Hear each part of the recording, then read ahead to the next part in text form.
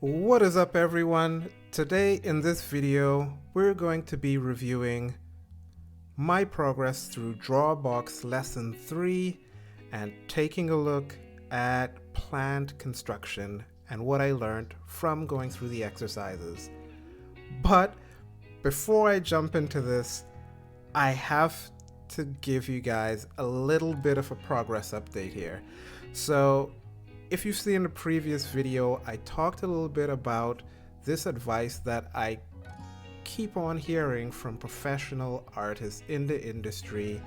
And as I said in that video, I have started going through and experimenting with this advice, and I have a few drawings already completed, in the middle of one right now, and I have to tell you all that I am definitely going to have an update video on that whole process, how it turned out, what went good, what went not so good, things that I would caution on, and let's just say it's going to be interesting. You don't want to miss the next video when I give the report out on that experiment that I've tried taking the advice of professional artists.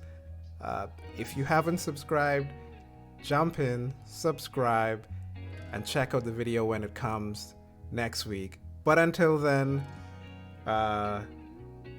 let's jump into lesson 3 of Drawbox. So the first exercise here was the ribbon exercise. On this, I actually put oops here because I didn't actually turn the ribbon the way I wanted to or was trying to, but it actually still works. It still turns the ribbon around, just in an unexpected way, which is something Drawbox is teaching me.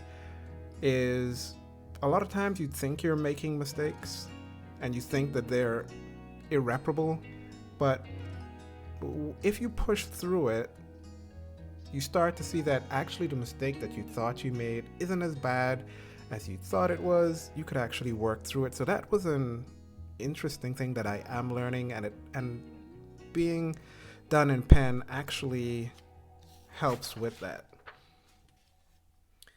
Now this page here was a page of just leaves and practicing the method of leaf construction. It was a brand new way of looking at leaf construction for me, so I really enjoyed doing this page and tried a variety of weird things here.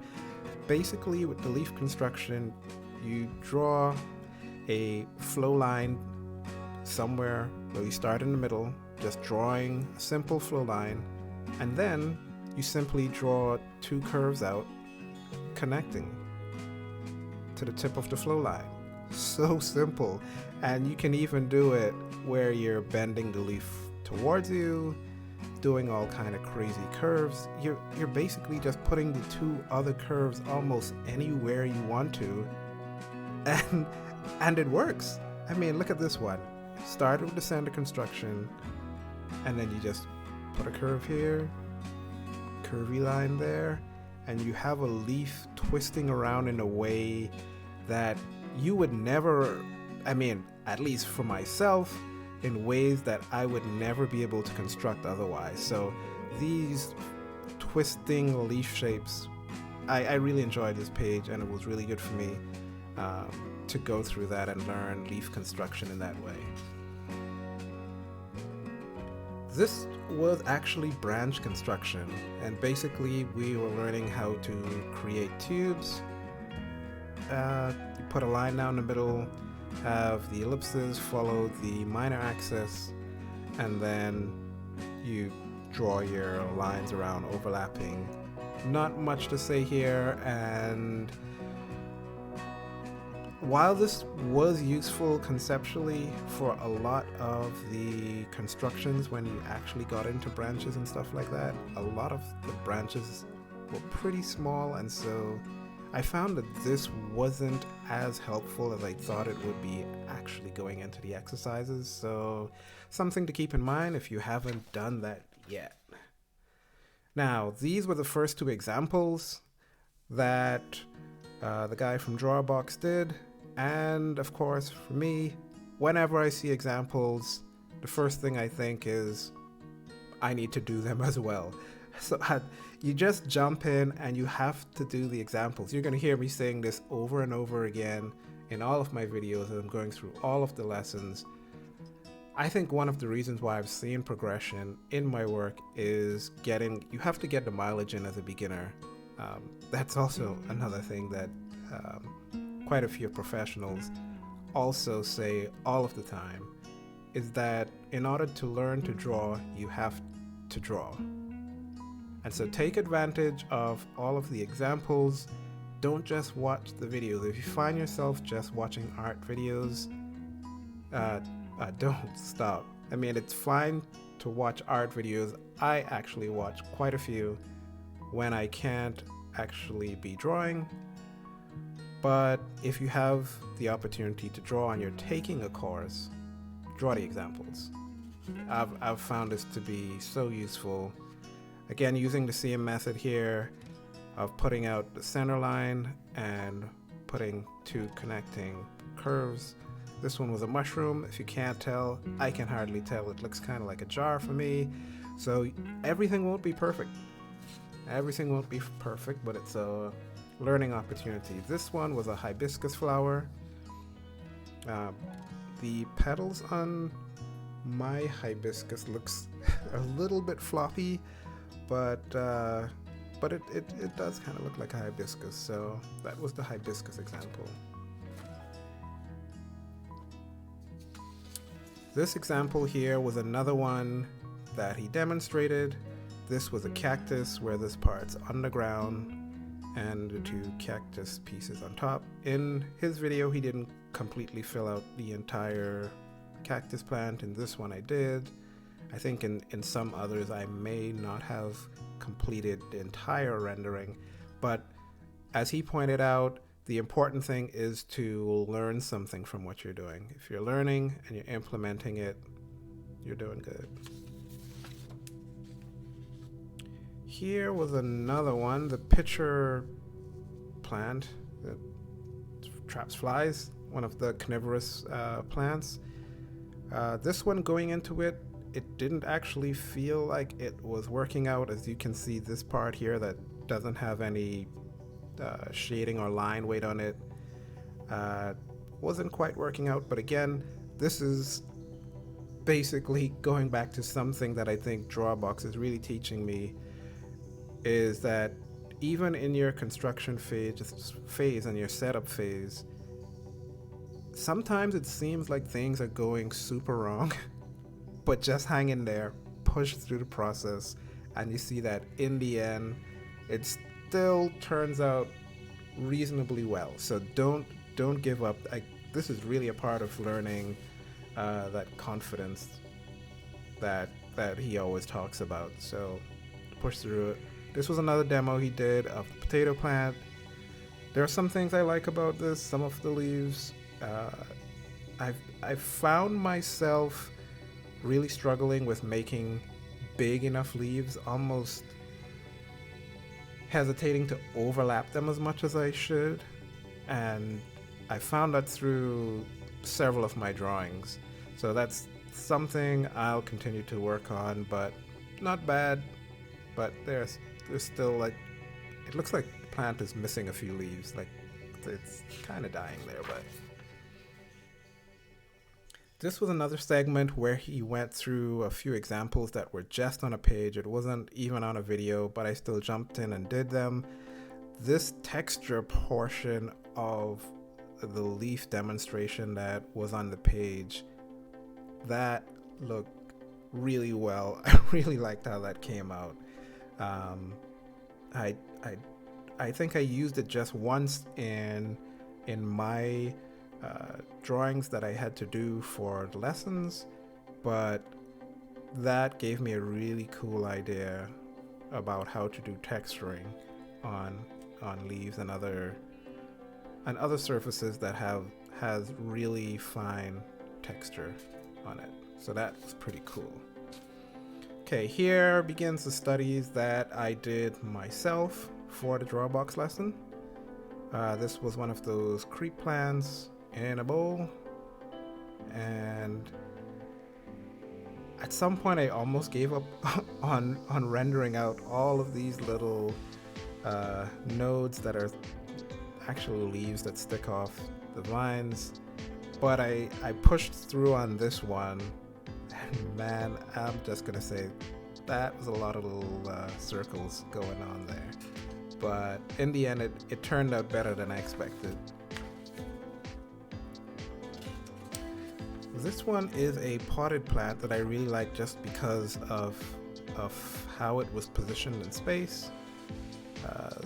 This is the container down here, and this plant is supposed to be coming up at you, and it turned out okay. There were still some things that, oh my goodness, I'm such a perfectionist, but I must say that even though I do realize that I'm a perfectionist, I am still enjoying the process, right? I'm still learning a lot, but after I draw them, I look at them and I go, okay, what did I learn here? What could I have done better? And probably this is, I don't know, but probably this is one of the reasons why I have been seeing progress, because I draw them the best I can and realizing that I am going to make mistakes, but at the same time, you look back, you review, and you go, what did I do wrong? What did I do right? What could I try to do better? I did notice that some of the leaves didn't line up quite as I expected them to, and the perspective seems a little bit off. But again, I'm not necessarily worried. It's just things that I notice, and so in my next drawing and the other drawings, I try to take those things into consideration and try to see if I can work on them and get them better. It doesn't always work out, and I don't really beat myself up about it, but it's just a part of my process that I kind of go through and review the drawings that I've done. This one was a succulent plant. This one's really difficult to make out, but my kids said it was okay still, so there we go. This one was an aloe vera plant in this strange container. I think this one came out well. Same process here, drawing the center lines and drawing up the two lines going to connect for the shape of the leaf. I really kind of like how this one turned out in terms of the overall leaf structure and execution. That was pretty cool. This one was a similar plant, those that has the little leaves sticking up out of the ground. I don't know the names of plants, everyone, but working through them. Here we had another plant with larger leaves sticking out. This one turned out okay. I was really working on trying to get bigger leaves, overlapping structures. I think that it turned out okay. I learned a lot from it. There are some things that I would change if I had to do it again, but I think it went okay. This one was a tomato plant. One of the things I tried here, you would notice here on these leaf sections, this is what I was pointing out earlier with sometimes the construction for the stems not being as helpful as before just because of how small it was, but I guess it still works in terms of construction. Here the plant looks like it's wilting a little bit, which is okay. I tried some of that leaf texture construction on some of the leaves. I think I like how this turned out, and again I just always like the graphic look of when the pen is all dry and it just has that printed look. I don't know, maybe inking is something I'm gonna be into. I don't know. Isn't it Inktober? This one I left in here just to show, because again I really want everyone to really see what's going on in terms of how a beginner approaches this, and so I'm leaving the mistakes in here. So everything that you all see me put out on the videos, it's everything. I mean, if I'm messing up, you're gonna see it, And here was one. I was trying to do a circle and it came out so wobbly that I was just like, yeah, I'm gonna skip that one. And so, yeah, there are times I'm messing up as well. You're gonna see everything. You're gonna see everything. This was the last one I did. It was supposed to be an apple. Yeah, not quite the apple shape I was going for. And so the fruit itself I wasn't too impressed with, but again, these leaves, I really like how they turned out. Again, tried the texture on them, and I liked how it turned out. So I think I really got, the thing that I got most out of this lesson was how to construct leaves and have them point any way you want and have them twisted with one side up, one side. I mean, this lesson was just awesome for leaves. I learned so much. I can confidently draw leaves, especially if I have a pencil. Oh my goodness. Yeah, so I thought this lesson was really good. I'm currently on lesson 4, going through the insect crustacean lesson and construction.